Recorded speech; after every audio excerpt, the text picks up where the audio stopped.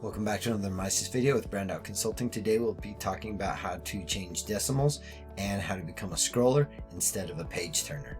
Alright, so today we're going to talk about a few options that we can do in MISys in order to help us with more precision or just some better options.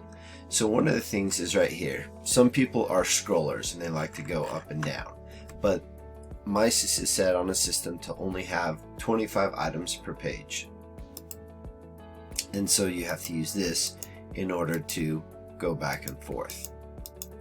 We can fix that. The other thing is, if you notice right here on stock, it has 2 decimal points reserve, but if we go into here and we want to see our costs are only rounded up to the nearest penny. Now if we want to get more granular, we would come over here to administration, up here to company options, and there's several things here that we can look at. This is where our standard weight unit of measure sits, but up here under formats, here's where we take care of our decimal precision. So if we move this to 6, because MISys standard is 2 decimal points in their precision, so that's where we fix that.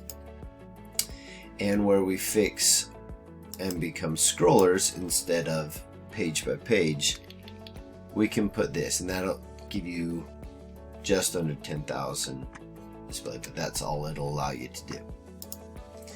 So if we hit save, then we'll go back and look at those same things. So we go to master files, items. Now if you look here, we've increased our decimal precision. Let's pull this up and go to costs, and you can see our costs now go out to 6 decimal points.